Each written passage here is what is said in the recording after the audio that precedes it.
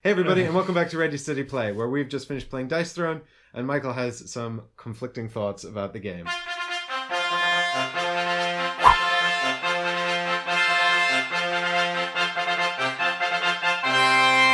But if you don't know, it's a Yahtzee-style fantasy battle game, where we have characters that have different abilities, and each turn the bulk of the game is throwing these dice, and you've got a selection of rerolls to try and form the dice rolls you need to trigger these abilities on your cards. There's also a deck of cards and some command points, which are a resource, and you're going to use the command points to pay for cards that you draw off your deck, which you can use to upgrade the abilities on your player board, or play cards that manipulate dice, or even remove these status effects, which can create different effects in the game as well, both positive and negative. So Michael was the barbarian. Yes, I was the barbarian and you were the gunslinger. Yes, so I'm from season 2. Shot me full of lead. I did indeed. Fill you full of glorious bullets. Just like the scene in Indiana Jones that I wanted to replicate. Instead of taking 5 seconds, it took an hour. This is my trash talk. It's like, I'm gonna bash you. No. Yeah, bash this. Bang, bang. That was me shooting you. You can't bash 2 bullets. That's why I have 2 guns, because you can only bash 1 bullet. Yeah. And God, is he a chore to take down with his healing. Oh, yes. But then I felt... Yes, I can imagine this character being very frustrating that you try to do all this damage to. You know, it's different kind of things, isn't it? Because we've played with a few different characters, and there's a complexity rating in the game from 1 to 6, and the level 1 characters do feel very simple, and the level 6 characters do feel very complex. So there's a really interesting learning curve with all the different characters. Yeah. And that's nice. These ones we've played here today are very simple, but they're still like they're still distinct. Like, you know, your healing ability, you know, is very interesting. Like the gunslinger feels quite swingy. You know, there's a lot of like sort of rolling dice, like extra dice to do things. You know, like every time I spend one of these tokens, I roll a die. And every time I defend, I roll a die and I have to get higher than you. This ability does the exact same thing, which is interesting. It gives her sort of a unique flavor, and that's quite nice. Yeah, but I can imagine that being incredibly frustrating if you don't get the dice roll that you need. I think that's always frustrating, though, isn't it? Yeah. But you know, you decide to an extent in this dice game, you've got to just kind of roll with it. Hey. I see what you did there. I think there is a definite skill element to the game as well. It's not just 100%. All luck. No. You got to know.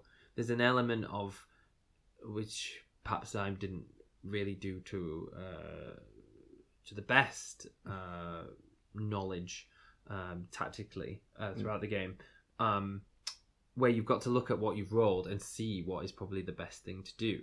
And I can imagine you you could ultimately miss something with you getting frustrated with what you've rolled. Yeah. And I think and there's times, you know, as well where like you and I have both wound up in this position where we've got one more roll and we're looking here and we're thinking basically I've got like a really long shot to make this roll into anything good, and it's probably because we've sort of overreached with what we rolled, you know, like we've got 1 or 2 6s off the bat, and then it's like, great, I'm gonna go for that 4 6s or this one, and it's a bit ambitious, you know, and then you wind up with nothing at all. Yeah, which did happen. That's happened on multiple occasions. Yeah, and so I'm so conflicted with this because I think deep down I really like it, but I get incredibly frustrated with it at the same time. But I think that's just me internally as a person that can't cope with it. Well, and there's this funny element as well where and I find the sort of there, you know, you're drawing these cards off this deck, and these cards have many purposes, including upgrading your abilities, which is important.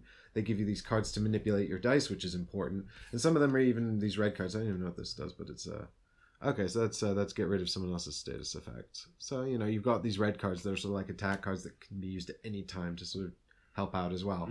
And you have to pay for them with these command points, which you might gain from abilities, or which you can gain from selling the cards. And you sort of get this economy where you're trying to decide, do I sell these cards in order to be able to use these other ones, you know, and how do I prioritize the cards that I need?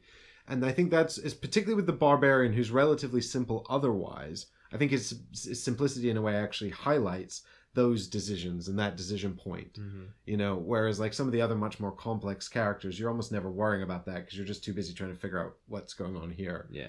Or some characters have a lot of statuses and they're moving a lot of tokens around, you know, and that can be quite sort of heady to manage as well. Yeah, that's very true.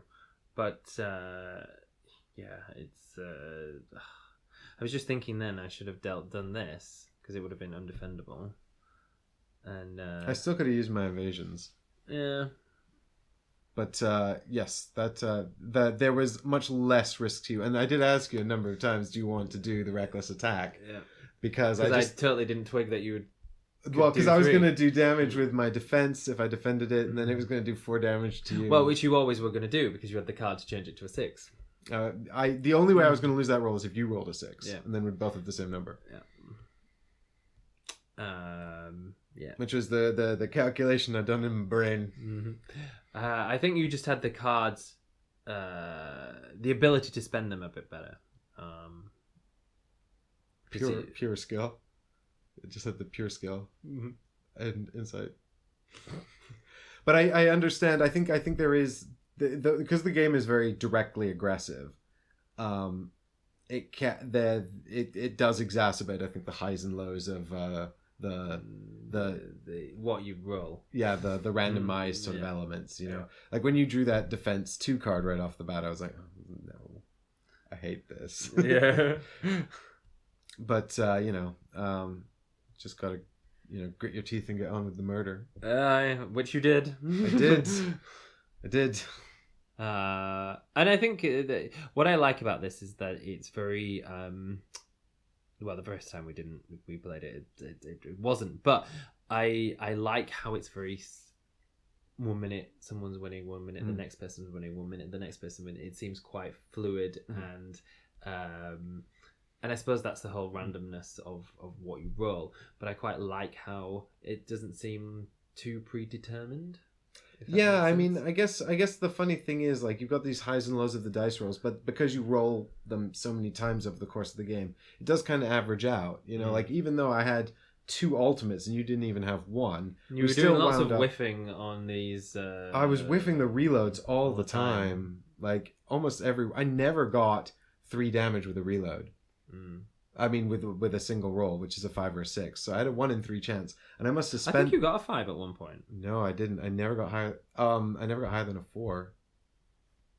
I don't think. Maybe I did get 1 5. Yeah. Maybe. I'm sure you got a 5. Did we not do that right? No, maybe I was so used to getting a bad roll, I just gave myself less damage. All right, and I think I might have actually got a 6 right off the bat, but yes, but that's that's also the funny thing about dice, you know, is like if you feel you're rolling badly, then you start to it becomes self-perpetuating. You don't notice the good rolls as much, you know. It happens. Which I definitely do. It definitely happens all the time. Like you're like, oh, I rolled so many dice and I just got 1s all the time, you know. Mike kills me, not literally, but he always tells me off because I'm like, I'm so unlucky with dice. It's like, well, if you should have a positive attitude, you might get more 6s. I'm like, damn it. which is kind of true. Because then we played the second game. Excuse me. When we played the second game, and I was like, ooh, lots of 6s. I'm very positive about this game. And I was like, no, I think it's just because you're winning. Well, no, what I think it is actually, I think it's a funny thing is I think it's sort of, when it comes to like sort of this kind of thing, I think it's a mental attitude. You know, if you become negative, you become self-defeating. Yes. You know, you just stop applying yourself, and then because you're not applying yourself, you just miss. It's a downward spiral. Which I suppose this does have a lot of people might be prone.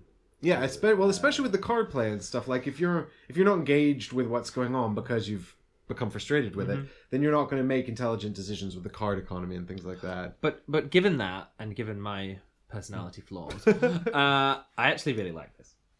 Yeah, so I mean, despite all of that, you're still into the game. I would definitely still play it with you. Whether you play it with me is another question. This is our last game. No, I actually I like I do like it. I think it's sort of I feel like it should be quicker. It says 30 minutes on the box. Maybe it gets quicker the better you get at playing it. Maybe it's just because we were like, what is the most optimal thing? Maybe we're just saying we're over optimizing what is essentially a dice chucking random game. Well, maybe. It's not though, is it? That's the thing. There's definitely a skill to it. I would like to say that we took ages thinking about what to roll, but I don't think we do. I think really the dice determine what. It depends a lot on the complexities of the characters. Like this character, I didn't really spend too much time debating. Whereas when I was playing the Paladin, who's a complexity 5 character, I found when I didn't think about it carefully enough, I would whiff. I was whiffing a lot more in him than any other character. Yeah, and I think it's a lot to do with the distribution of the dice. All the characters have these unique dice distributions with the numbers and the faces, and that's really interesting because it gives them all a really unique flavor. And the more symbols you have down here, the more possible complex combinations there are, and the more you have to sort of think about that especially when you're rolling. Yeah. Which is interesting, you know. I think I do think all the characters have a really different and unique flavor, which is nice. You know, that's fun. Yeah, I agree. And what I've quite liked about doing it is exploring each of the characters every time we played it. Yeah, there's some that I prefer more than others, I think. Yeah, I don't think I'd want to go back to the Barbarian now. I think I'd find him a bit dull. No, well, I even thought the gunslinger she was all right, but I don't think she was as interesting as some of the other characters. I think I agree with you. I think now if you were to play it, say what I like about this is it's very good. It's very. We said it wasn't quick, and maybe it's not. But what I do like about it is that it has the potential to be quick, and it has the potential to plenty of players, and it's a good. Well, we've only played it in a dueling format. Yes. But I think it would be fun to play with multiple players. And I reckon you get a lot of table talk. Like, you're attacking me, why are you attacking me? You should attack that person, you know? And you can get that sort of table banter, like, you know...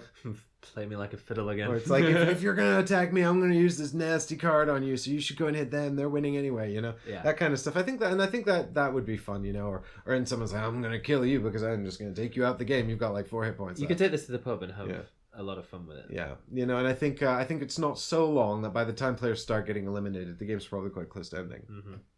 Yeah. Or you could always do the team version 2v2, which is quite fun as well. Yeah.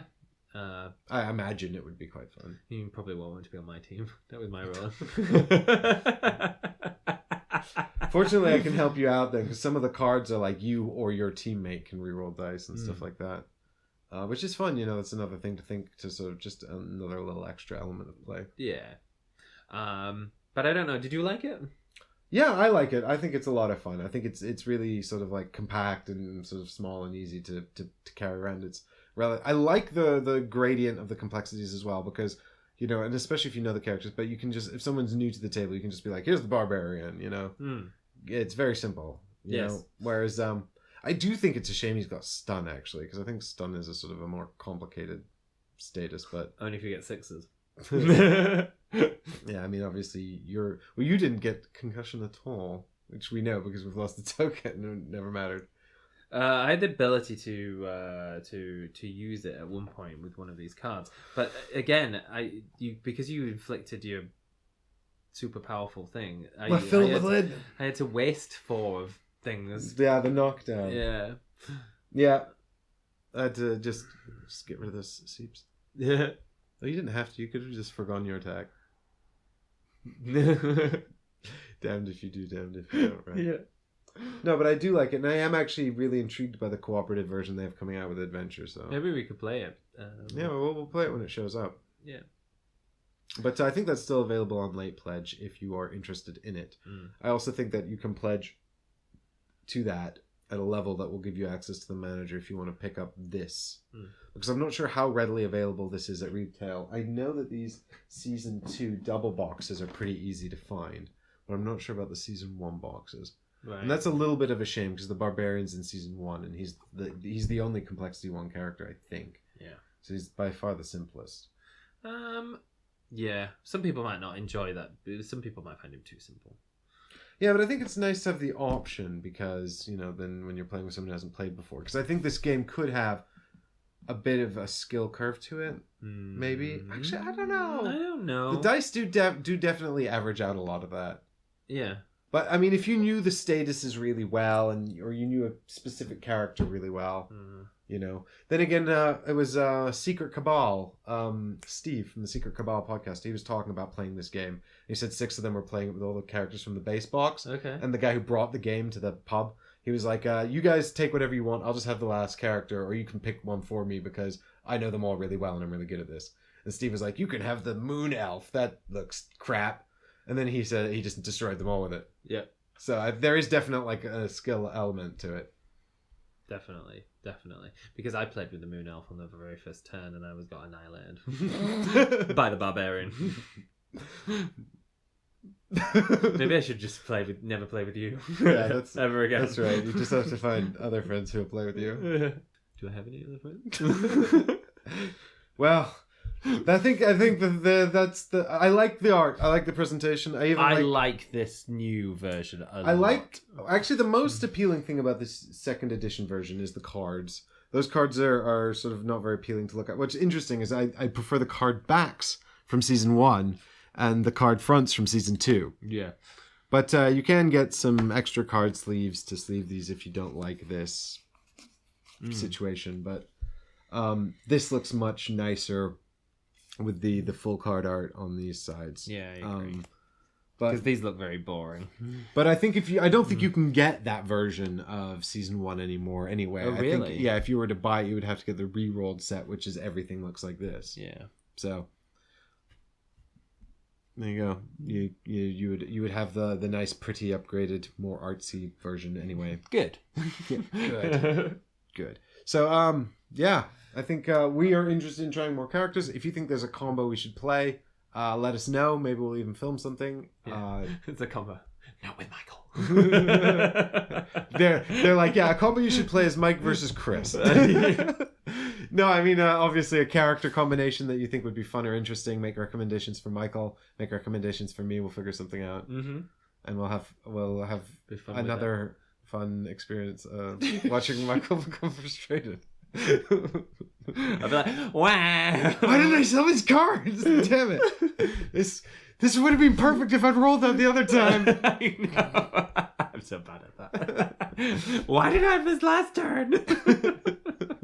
But it does, and that's the one thing I'll say about Dice Throne as we go off is it does have that real sort of like exciting sort of rolls. Every turn is like, I just need the thing. Oh no, I've messed up. You know, or elation of yes, my ultimate. You know, it does that every turn, and that's fun. Yeah, and I don't know a lot of games that do that as effectively every time. No, particularly with a lot of other dice rolling games. Yeah. Cool. So I hope you've enjoyed this Dice Throne adventure with us, and that you'll leave a comment below, and we'll see you tomorrow for a completely different adventure. Yay! Bye, everyone. See, what was that? I was like, see you and bye mixed together. I was like, I'll try again. Goodbye. Goodbye. I need to go home. Time for bed.